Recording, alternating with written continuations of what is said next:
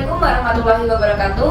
Perkenalkan, kami dari kelompok 2. Kami akan mempresentasikan hasil diskusi kami mengenai interprofessional communication antara petugas kesehatan di layanan kesehatan.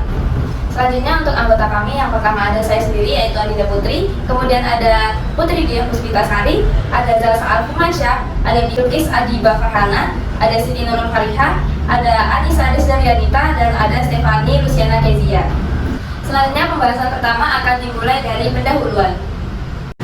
Yang pertama adalah latar belakang. Komunikasi interprofesional adalah suatu proses perencanaan, pelaksanaan, dan mengevaluasi program komunikasi yang ditujukan untuk penyedia layanan kesehatan yang memerlukan keterampilan penting sehingga dapat meningkatkan tim dan berkualitas tinggi dalam perawatan pasien dengan melibatkan beberapa ilmu disiplin seperti dokter, perawat, dan tenaga kesehatan yang lainnya.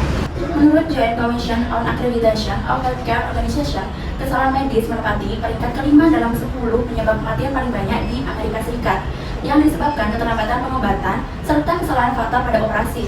Selain itu, menurut National Prescribing Service Australia menyebutkan bahwa 6% kasus yang terjadi di rumah sakit disebabkan karena efek samping obat dan kesalahan selama perawatan. Hal ini muncul karena kolaborasi antar profesi kesehatan yang buruk.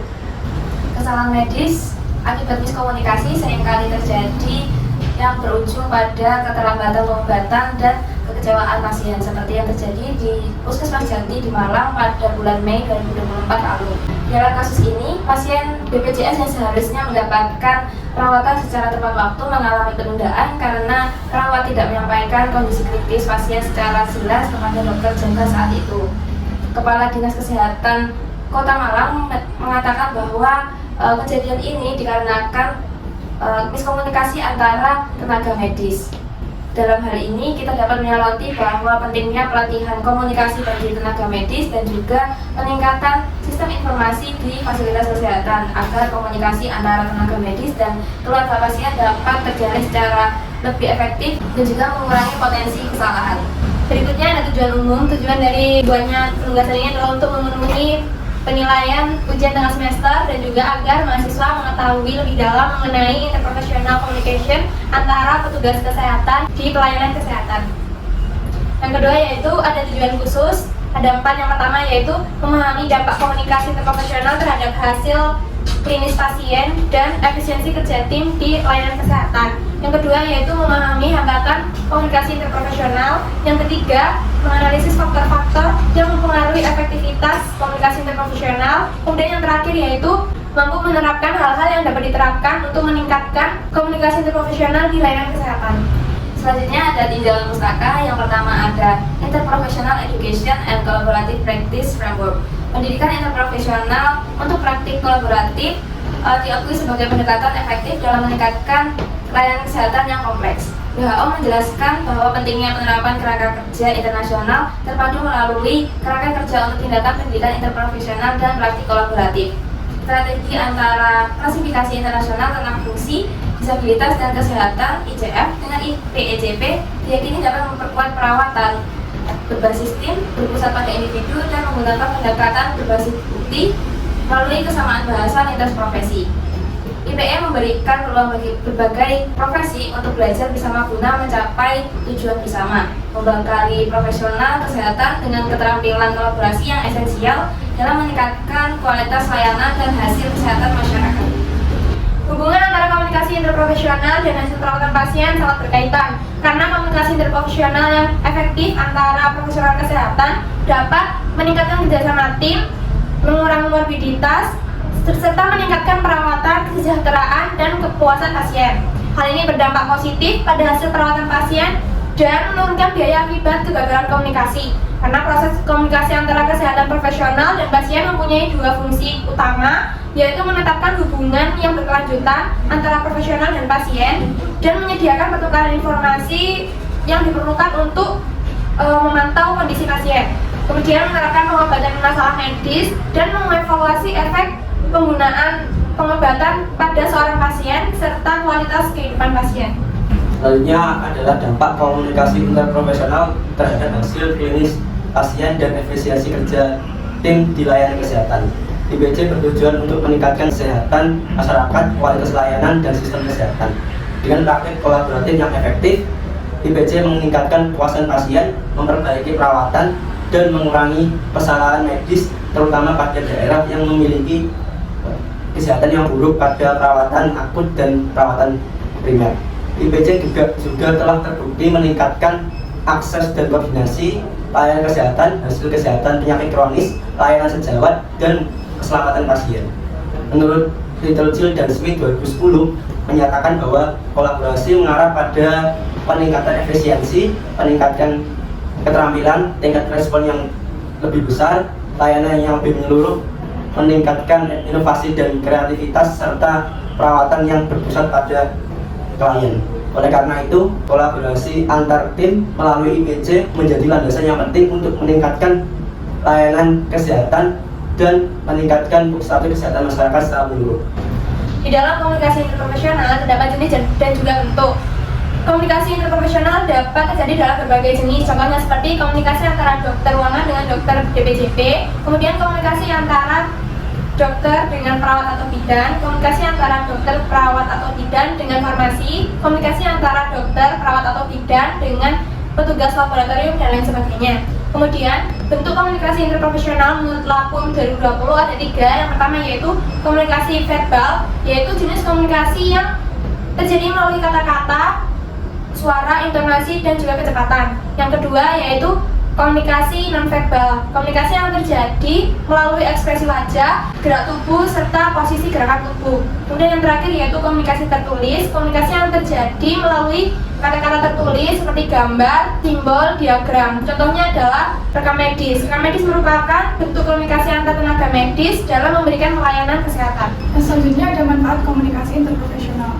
Yang pertama yaitu peningkatan kualitas pelayanan pasien. Penelitian menunjukkan bahwa tim yang terdiri dari berbagai profesi dapat membuat keputusan yang lebih baik dan lebih komprehensif. Yang kedua yaitu peningkatan keselamatan pasien.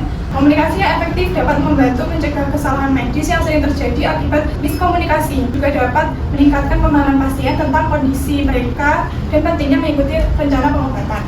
Yang ketiga yaitu peningkatan efisiensi kerja. Komunikasi yang efektif dapat mengurangi waktu yang terbuang akibat miskomunikasi atau duplikasi tugas dan dengan bekerja sama secara efektif. Yang terakhir ada peningkatan kepuasan kerja. Komunikasi yang baik dapat membangun hubungan kerja yang positif antar tenaga kesehatan dan tenaga kesehatan yang merasa dihargai dan didukung cenderung lebih termotivasi untuk memberikan pelayanan yang baik. Lalu juga ada hambatan komunikasi interprofesional. Yang pertama itu ada hambatan individu, yang dimana kurangnya pengetahuan dan informasi mengenai proses komunikasi membuat individu kurang termotivasi untuk melakukan komunikasi efektif pada praktis sehari-hari. Lalu yang kedua ada hambatan tim, yang dimana hierarki sosial yang ada di struktur pelayanan rumah sakit menyebabkan hambatan komunikasi. Hierarki ini menyebabkan proses pengambilan keputusan terhadap pelayanan pasien. Lalu yang ketiga ada hambatan lingkungan yang demografik, yang dimana lingkungan kerja dengan tingkat beban kerja yang tinggi mengharuskan seseorang untuk fokus pada area kerjanya. Hal ini membuat profesional melakukan praktik komunikasi yang kurang efektif untuk pada tim kerjanya. Lalu yang terakhir ada hambatan organisasi, yang dimana organisasi rumah sakit yang belum mempunyai budaya komunikasi efektif menyebabkan belum adanya standarisasi perilaku dalam komunikasi. Keterlibatan semua umur profesional pemberi asuhan organisasi rumah sakit sangat diperlukan dalam mengambil keputusan pelayanan kepada pasien. Selanjutnya yaitu faktor-faktor yang mempengaruhi efektivitas komunikasi interprofesional. Yang pertama yaitu dapat dipercaya. Dalam berkomunikasi, seorang harus bersikap teguh pendirian, pesan yang disampaikan tidak berubah-ubah, dan memiliki tujuan yang baik. Yang kedua yaitu dukungan. Dukungan ini dapat berupa dorongan, bantuan, atau pengakuan atas kontribusi masing-masing tim. Yang ketiga yaitu empati. Mampu memahami dan merasakan apa yang dirasakan oleh orang lain dengan menempatkan diri pada posisi orang lain. Yang keempat, sikap terbuka. Sikap terbuka untuk menerima masukan, ide, dan perspektif yang berbeda dari anggota tim lainnya untuk berbagi informasi secara jujur dan transparan. Yang kelima yaitu kesamaan. Adanya persepsi bersama dan kolaborasi membangun kepercayaan dan kerjasama yang kuat. Selanjutnya yang keenam yaitu hal-hal yang dapat diterapkan untuk meningkatkan komunikasi interprofesional di layanan kesehatan. Yang pertama yaitu dengan melakukan pertemuan rutin, yakni dengan melakukan diskusi antara tim kesehatan agar dapat meningkatkan pemahaman dengan baik antar peran-peran mereka. Selanjutnya yang kedua yaitu melakukan improvisasi diri dengan mengikuti program latihan untuk mengasah keterampilan dalam berkomunikasi. Yang ketiga yaitu menerapkan suatu komunikasi yang sudah terstandar seperti SBAR, Situation, Background, Assessment, dan Recommendation. Yang keempat yaitu menerapkan komunikasi yang efektif dengan saling terbuka dan menghormati kepada semua tim agar tercipta lingkungan yang harmonis. Dan yang terakhir yaitu komunikasi kesehatan yang efektif dan terbuka, jujur, tidak menghakimi, dan didasarkan pada setiap anggota tim yang memiliki kedudukan yang sama dengan tim. Selanjutnya yaitu penutup.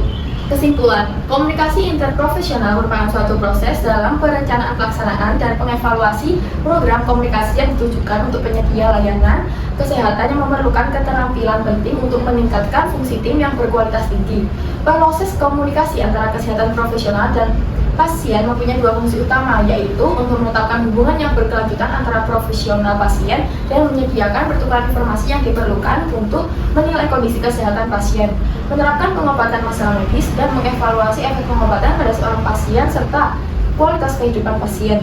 Selanjutnya, terdapat beberapa manfaat utama komunikasi interprofesional, yaitu dapat meningkatkan kualitas pelayanan utama, meningkatkan keselamatan pasien, meningkatkan efisiensi kerja, dan meningkatnya kepuasan kerja. Dan juga terdapat faktor-faktor yang dapat mempengaruhi efektivitas komunikasi interprofesional, yaitu faktor komunikasi efektif.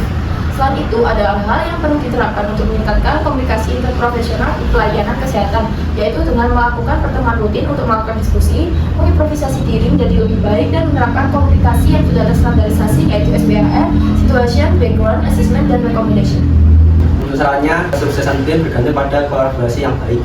Hambatan seperti loyalitas, tanggung jawab, dan kurangnya percaya diri dapat mengakibatkan layanan kesehatan yang terfragmentasi.